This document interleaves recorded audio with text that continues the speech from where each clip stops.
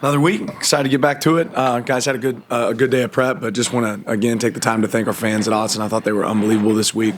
Obviously very excited to play Oregon State. They've had some success these first couple weeks, done a really good job running the ball. I think they're a really well-coached team. Guy playing quarterback has done an unbelievable job. We actually watched a lot of his film before because he was at Idaho. So super athletic. Their run game's really good.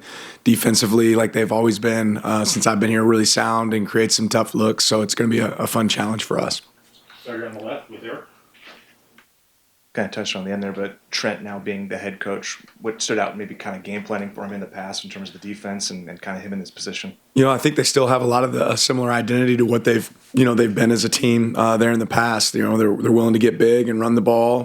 They play sound when it comes to defensive play. They still take shots down the field. They're pretty creative in their package at times. So a lot of similarities to what you've seen there in the past with certainly some of his new flavor in there. Right here on the right. Coming out of spring ball, I think a lot of guys were excited about Jay Harris, but we haven't seen him get any touches yet. So how's his adjustment been, and what have you seen from him lately? Yeah, Jay's working his tail off. He's doing an unbelievable job for us. And I know when his time comes, he'll be able to do a really, really good job. But he's practicing really hard. I think he's continuing to create roles for himself, and hopefully that gives him an opportunity at some time to be out there on the field for us. Back right, Aaron. Going back to Giovanni, he only has 1 sack on the year so far. What are your thoughts on his playmaking ability and his ability to extend plays and escape pressure so far this season? Yeah, like I said before, watching him, it's really kind of the second time we watched him this year because we watched a lot of his film, going into our first game. And he's really elusive. He's really athletic. He throws the ball well. He's a good player. So I think he definitely does a good job avoiding pressure. He's gotten a lot of scramble yards in the past. They don't necessarily they run the ball just as well as they throw it, right? At Oregon State, there's not throwing it every single down, but he's a guy that when he does have an opportunity to throw it, he throws it well. So certainly presents some unique challenges. Front left, James. Which one of the offensive line combinations graded out best and will be the way to go going forward? It's interesting. There was positives and negatives to really each group, and I think that a lot of people will look at our offensive line and talk about, well, this is the best. We actually watch every single clip on our staff, and I don't know if people realize, like Pancho, he started at three different positions for us last year. We were a really good O-line, but he had more snaps at right guard than any other position he's had snaps at here. Also played some center for us. Also played some left guard. So across the board, we'll continue to work to figure out what's the best group, knowing that it might not just be one group that plays, along the offensive line for us. And until people get healthy, it may continue to look different. We're going to have to keep challenging ourselves to figure out what that looks like. I do think we found some highlights, at times of guys looking well, but, had some lowlights at multiple positions, and didn't matter necessarily what position a guy was at. There was mistakes at all of those. But I promise you, nobody looks at it closer than we do, right? We spend a lot of time and effort looking at it, and we see every single rep at practice, which everyone else doesn't see. So we'll keep evaluating it. We've got guys that we can play winning football with, and that's the big key, is making sure we're able to utilize those guys. On the right, Chris. Yeah, with this game now moved to September and not being a conference game, does it still feel kind of have that same rivalry sense to it going into this week? It certainly does to me. I think, the rivalry is something I always appreciate. I think that makes it college football fun. I think those things are a lot of fun, and this is a game that's had back and forth for us. Year one we weren't able to pull it out. Last year we were, but this is a fun game for the state of Oregon. It's certainly a fun game for our players. I think they know exactly what it means. It means a little bit more. Is it another game? Yeah, it's another game. Is it important for us? It's very important for us. Our guys want to go out there and have success. Back left, Matt. Rotating along the offensive line isn't unusual, but the center is across college football. What makes you comfortable? Why rotate at that position when it normally doesn't happen? Give ourselves the best chance to win, right? I mean, we rotated it last year, right? So again, we did it last year. It's all best on if our best chance to win is have just one person there the entire game, then we would absolutely do that. But maybe the guy that snaps it the best, if he's also getting blown off the ball, you need to take a look at another option, right? Because there's two things that happen with the center. Yes, it's how you protect, right? Yes, it's how you run block, but it's also about how you deliver the ball back to the quarterback, right? So having some consistency with that as well. If it's just about the guy that blocks the best, right, and it doesn't matter about the QB exchange, then that kind of changes things, right? But it isn't. That's all involved. And we had some miscues with snaps as well on Saturday, which is something that has to be addressed. But it all plays a part into it. And again, if we had clear 5, these are the guys, no brainer, that's exactly how it should play, and they were clearly better than everyone else, and that's the way we would roll every single time. And I don't know that there's that consistency yet to figure out, but hopefully we figure out where that falls. We'll keep evaluating it.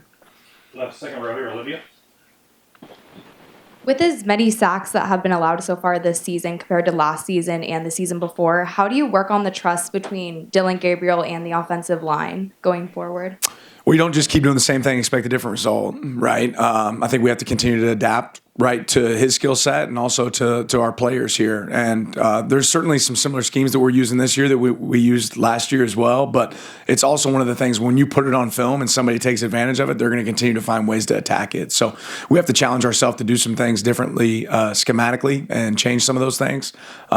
To reassess that. We already knew the pocket would look a little bit different because Dylan operates in the pocket a little bit different than what Bo operates in the pocket. It's a different picture. So we see that. It's showing up on film. It's something we have to be able to coach and address and adjust. Back middle, Brett.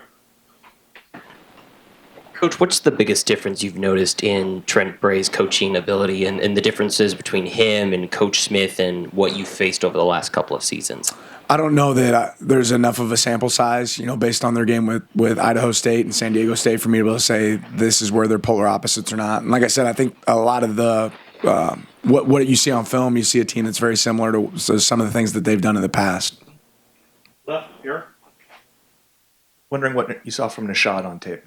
Yeah, some good, some bad. I thought he did some really solid things. We also had a penalty, not getting set on a play, created a shift. And, if you walked away with anything big from the game, I think what I noticed for us offensively is when we had a negative play or a penalty, right, those drives didn't lead to scores. Right, so that's where it really starts. Right, defensively, when we give up an explosive play, a lot of those drives did lead to scores. So, if you can look at it really simple, those are the things that we have to attack and improve on. But Nishad had some real positive plays, and then had some plays that he could definitely be better at as well. Back right, Aaron. Oregon leads the FBS in pass breakups after week 2. What are your thoughts just on the secondary and how well they've come together so early in the season and how they can help you on Saturday? Yeah, I think that our guys have done a good job on contested catches and 50-50 balls, avoiding, deep balls over their head. I also think that it's only going to get more and more challenging for us as the year moves on with some of the guys that we'll get the opportunity to play against. So good opportunities so far and taking advantage of the ones we've gotten. I think we're playing tight in coverage. At times, I think that showed up, for us on Saturday, but there were some plays that we could have been better for sure. So that experience is going to help us throughout the season for sure. Front left, James. For nearly 3 years now, Dan, you've talked about if you're good enough, you're old enough, and you said that in reference to the O-line Saturday night. There aren't a lot of particularly young guys outside of Poncho. You mentioned he played quite a bit. So is the door open to whether it be Janoris or Shaq or Trent? Do you want them to get first-team looks? Is that what you're alluding to, that some of those freshmen could also get looks in this? If they're ready for it, I don't know that any of those guys right now have earned that opportunity in practice. It would show up in practice first. Those guys are all getting better. Janoris has certainly been really close, and there isn't a huge separation gap, right, from top to bottom right now for our group. But if those guys earn those opportunities, absolutely. Do I think that's going to happen this week? Not necessarily. Back left, Matt. What happened a couple years ago at Oregon State and the way they came back and won is a motivating factor for this week. Do you address it to talk about it, or is it just part of the rivalry? Yeah, we know about it. We're familiar with it, and certainly it's something that I think about frequently. Left, Jared. Boise did a good job kind of containing Tez in the passing department. What do you think they did, and how do you try to get him more active against Oregon State?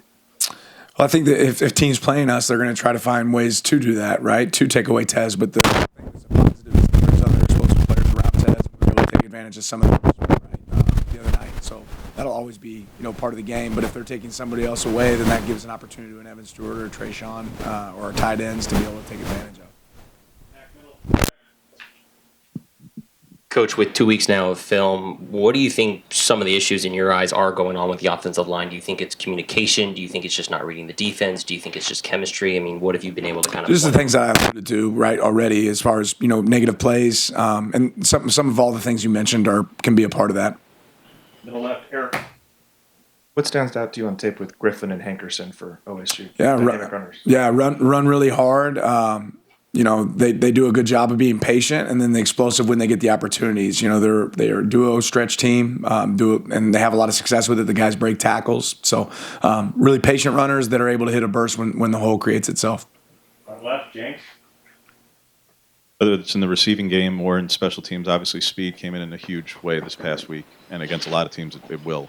How much do you want? Obviously, with that kind of weaponry, you want to steer into that, but do you want to rely on it? Like, how heavily do you want to rely on it, Dan? Where obviously when it can be a mismatch and advantageous, absolutely.